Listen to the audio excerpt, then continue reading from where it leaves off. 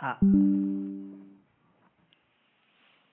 गुरुदेव, हमारे साथ 20 influencers, stand up comedians और अभिनेता हैं जो आश्रम में 5वें क्रिएटर्स रिट्रीट में भाग ले रहे हैं। उन्होंने आज अपनी पहली सुदर्शन क्रिया पूरी की। हम सभी स्वागत करते हैं art of living international centre में।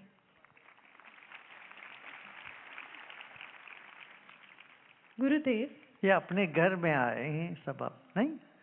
आपको लग रहा है ना कि आप अपने घर पे आए हो, कोई पराया स्थान नहीं है। जो हंसते हैं और सबको हंसाते हैं उनके लिए सारी दुनिया अपनी होती है। और अपना यही है, यहाँ का उक्ति भी यही है, हम हंसो और हंसावो, मत फंसो और मत फंसाओ। गुरुदेव, हमने आर्ट ऑफ लिविंग में आने के बाद अन्नदाता सुखी भव सीखा। आज किसानों को आश्रम में देखकर लग रहा है कि उनका खुश रहना कितना जरूरी है सबकी प्रगति के लिए। गुरुदेव, किसानों की खुशी के लिए हम क्या कर सकते हैं? पहले तो प्रतिनित्य जब भोजन करते वक्त स्मरण करें, अन्नदाता सुखी भवा, ये मंत्र बोलें सब लोग। एक दूसरी बात, किसानों को प्रोत्साहन देना। आप लोग कभी गांव में चले जाओ, जो शहर में रहते हो कभी गांव में जाइए, वहाँ उनके साथ बैठिए, मिलजुल के बातें करिए।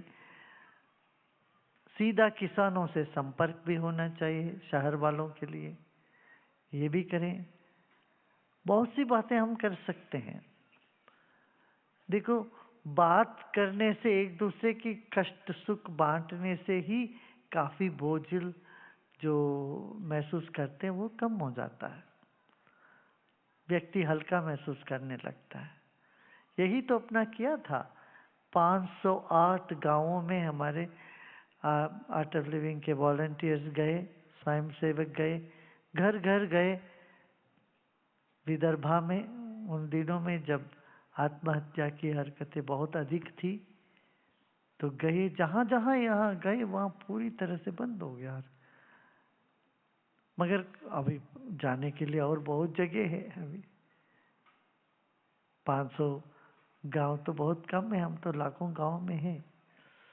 मगर एक आदर्श, एक मॉडल तो सामने आ गया। कैसे हम इसको, किसानों की जो परेशानियों को उनके साथ भागीदार होने से, भाग लेने से ही काफ़ी कुछ हल्का कर सकते हैं। और दूसरा, ध्यान सिखाना चाहिए, इन सबको ध्यान के पथ पे ले आए। चाहे किसान हो, चाहे विद्यार्थी हो, चाहे अभिनेता हो। मुंबई के देखो कितने सारे बड़े नामी अभिनेता लोग, अभिनेत्री और अभिनेता दोनों कितने आत्महत्या किए हैं हाल ही में, बहुत सारे ऐसे हो रहे हैं। तो अपनापन, एक आत्मीयता का वातावरण हमें निर्माण करना चाहिए। ये हमेशा रहा भारत में। आज भी गांव में जाओगे तो वो तुम्हारा नाम पता नहीं पूछेंगे, अरे भाई आ जाओ, बैठो, तो चाय पी लो, लस्सी पी लो, क्या पियोगे पूछेंगे। एक लोटा लस्सी उनके पास हो तो आधा तुमसे बांट के पिएंगे। ऐसा एक हमारी संस्कृति रहा। बाद में पूछेंगे कहाँ से आए हो, क्या नाम है, क्या करते हो। पहले तो बोलेंगे अरे भाई चाय पीना है, चाय पी लो। ट्रेन में भी देखो, ट्रेन में जब जाते हैं आजू बाजू के लोग खुद पी के बैठते नहीं है, एक दूसरे को बांटते रहते हैं, बांट के खाते, बांट के पीते। तो ये एक आत्मीय वातावरण हमको निर्माण करना पड़ेगा। अभी जहाँ जहाँ ये कुंठित हो गया उसको पुनर्स्थापित करना जरूरी है। गुरुदेव, वसंत पंचमी को सरस्वती जयंती के रूप में मनाते हैं। इस दिन पीले वस्त्र पहनकर माँ की आराधना करने के पीछे क्या कारण है?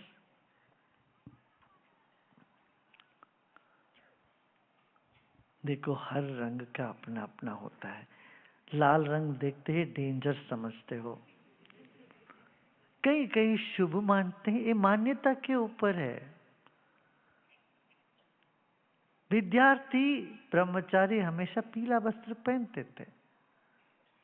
जब किसी बच्चे का जन्म होता तो पीला वस्त्र पहना के उनको करते हैं। मैंने वस्त्र को हल्दी में डुबो के उसको सुखा के करते। क्यों? बच्चे इधर उधर जाते हैं, करते हैं, पढ़ते हैं। ये सबसे बड़ा एंटीऑक्सीडेंट है और एंटी बैक्टीरियल है, कृमिनाशक भी है पीला। वो हल्दी, हल्दी मैंने कोई और भी हल्दी रंग ऐसा नहीं चढ़ाते हैं।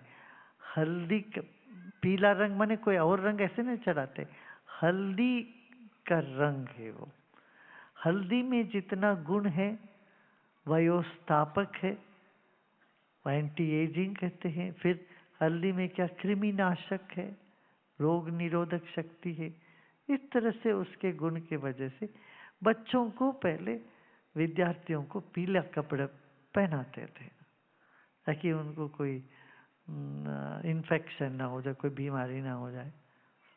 ये कारण एक आरोग्य के, स्वास्थ्य के कारण से भी वैसा हुआ करता था, पीला वस्त्र पहनाते थे। और बड़े हो जाते हैं सन्यासी को लाल कपड़ा, ताकि उनका शरीर मजबूत है। तो केसरी, उनका तो केसर रंग। गेरुआ, गेरुआ पहनते थे। तो ये सब एक मान्यता है, नियम है। अब देखो यहाँ बहुत आश्चर्य की बात होगी। कर्नाटक में सफेद कपड़ा पहनाते हैं वधू को। शादी के दिन सफेद कपड़ा पहन के शादी करती है। और जो महिला विधवा होती है वो लाल कपड़ा पहनती है यहाँ। और यहाँ से थोड़ी दूर कर्नाटक में बिल्कुल उल्टा, वहाँ लाल कपड़ा, शादी में लाल कपड़ा पहना के, यहाँ से तो तमिलनाडु में लाल कपड़ा पहना के शादी कराते, यहाँ उसको अच्छा नहीं मानते। तो इस तरह से एक एक जो प्रांत है वहाँ मान्यताएं अलग है, पद्धतियाँ अलग है। इसको बहुत ज़्यादा महत्व देना भी उचित नहीं है। कोई भी रंग पहनोगे तुम कहो ये रंग क्यों? वैसे पर्पल रंग होता है कि एक तरह से उसको सरस्वती रंग ही बोलते हैं। हाँ, तो बसंत पंचमी के दिन सारे, वसंत ऋतु आ गया। वसंत ऋतु आने के 5 दिन बाद सब उत्सव मनाते हैं। ठंड निकल गया, आजकल मौसम बदल गया तो वसंत पंचमी भी ठंड होने लगी। कायदे से वसंत पंचमी तक ठंड नहीं होनी चाहिए, मौसम अच्छी हो जानी चाहिए। फिर फूल खिलने लगते हैं, वसंत की खबर लाती है तो। हाँ, हम इसमें बहुत ज़्यादा पढ़ना नहीं चाहिए। वस्त्र क्यों, इसका रंग क्यों? कोई भी रंग में बैठो, अपने भीतर रंग जागे तो हो गया। भीतर तुम प्रेम रंग में रंग जाओ, ज्ञान में रंग जाओ, प्रसन्नता में रंग जाओ, तो वही है। गुरुदेव, सुदर्शन क्रिया और प्राणायाम में क्या अंतर है? करके देखो। प्राणायाम करने के बाद तो क्रिया करते हो ना भाई। हाँ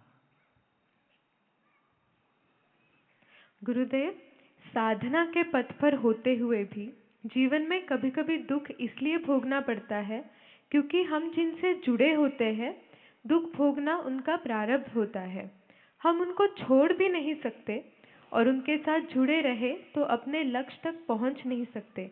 ऐसी परिस्थिति में क्या करना चाहिए? देखो, जो नहीं कर सकते, नहीं हो सकता, उसको करना ही नहीं।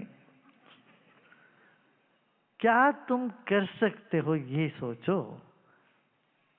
जो हो रहा है उसको तुम बदल नहीं सकते, तो फिर उसको सोच सोच के जूझना क्यों?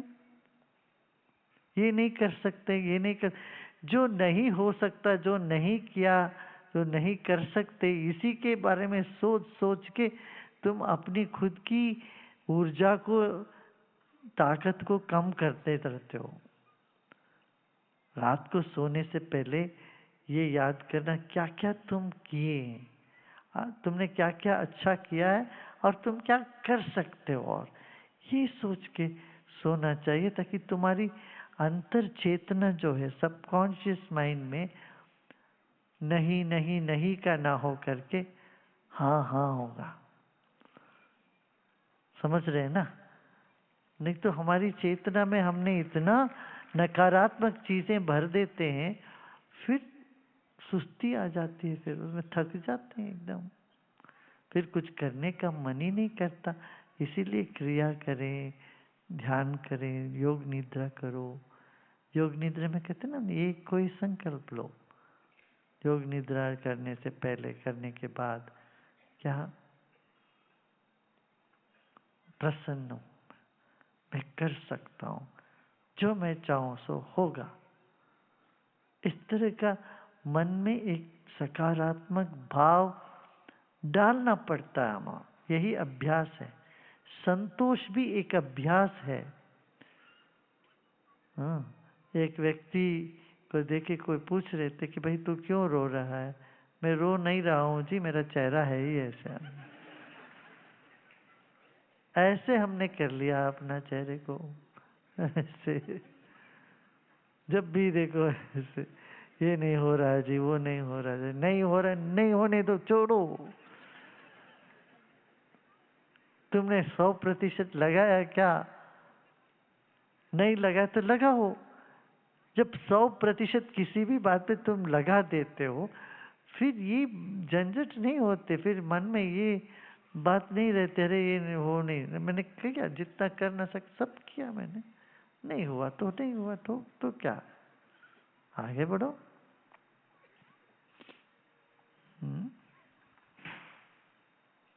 गुरुदेव, भौतिक जीवन में सफलता के चरम बिंदु पर होकर भी यदि भक्ति की तीव्र चाह उठे तो क्या करना चाहिए? पहले तो जीवन को समग्र रूप से देखो। ये भौतिक जीवन है, ये आध्यात्मिक जीवन है, ऐसे अपने मन में ही तुमने कंपार्टमेंट कर दिया, बांटने लग गए, तो वो स्प्लिट पर्सनैलिटी हो जाएगी तुम्हारी। जीवन जीवन है, जीवन में सब कुछ है। एक भोजन में सब कुछ होता है, तीखा भी होता है, मीठा भी होता है, मिर्ची भी होती है, वहाँ मधुरता भी होती, सब है ना, स्निग्धता भी होती है। इस तरह से जीवन में जो भी है सब एक साथ लेके आगे चलना चाहिए हमें। हाँ, अध्यात्म जीवन का एक अविभाज्य अंग है, होना भी चाहिए, क्योंकि अध्यात्म से बल मिलता है और बल से तुम अपना काम कर सकते हो। कोई भी काम करने के लिए बल की आवश्यकता है, और भक्ति तो रहती ही है हमारे भीतर, किसी न किसी रूप में भक्ति हो रही। श्रद्धा भी भक्ति ही है। भक्ति माने क्या? लगाव, प्रेम। किसी को खेत में भक्ति होगी, किसी को जो भगवान दिखता नहीं उस पर भक्ति होगी, किसी को किसी मूर्ति पे भक्ति आ गई। तो ये सब अभिव्यक्ति है भक्ति की। भक्ति के बिना कोई है ही नहीं। भक्ति माने क्या? प्रेम, प्रेम की पराकाष्ठा।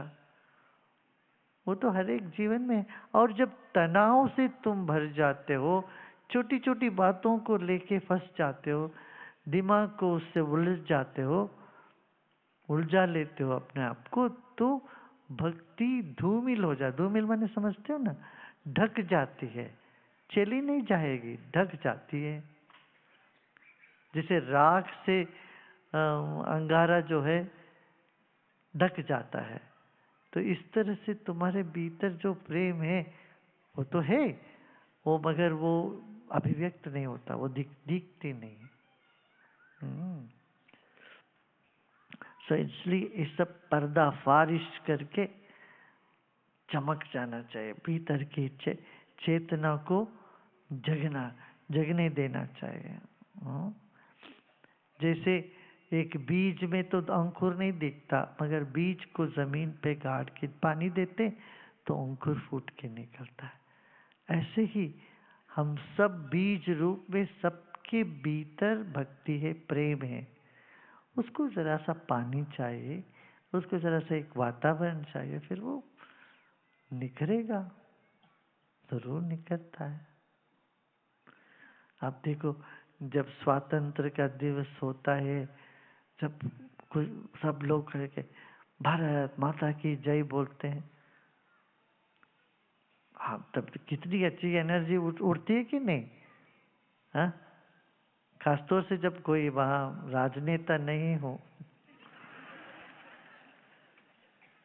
सेवक ही सेवक हो, तो कुछ ज्यादा ही एनर्जी लगती है। सभी राजनेता नहीं, कुछ राजनेता तो बोलने के लिए बोलते हैं जोर से आवाज, बट भाव से उठना अलग बात होती है।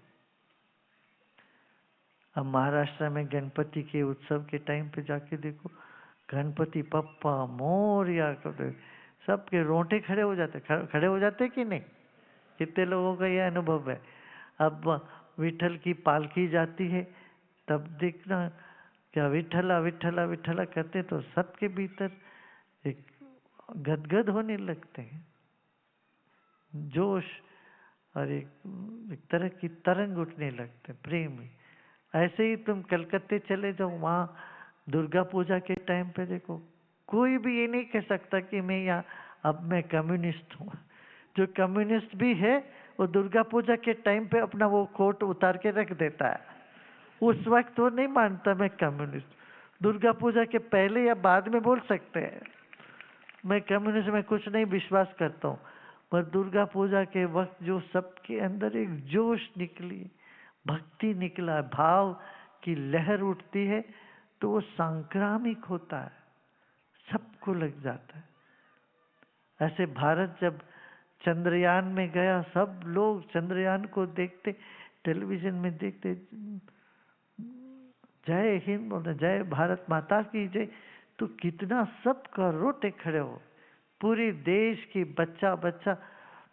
देश का बच्चा बच्चा देखने लग गया था, अरे हमारा जो भारत का झंडा चांद में जाके गड़ रहे हैं। आज मिशन मार्स गया तो इतना एक भाव जगह की नहीं, जगह कितने लोगों को लगा कि जगह बहुत उस वक्त। इसी तरह से चाहे देश प्रेम हो, दैव प्रेम हो, या कोई अपने बहुत प्रिय हो उनके प्रति प्रेम हो, तो भाव की लहर उठती है ऐसे। तो भक्ति सब में है, हाँ, ये मान के चलना। ठीक है, अभी हम ध्यान करते हैं।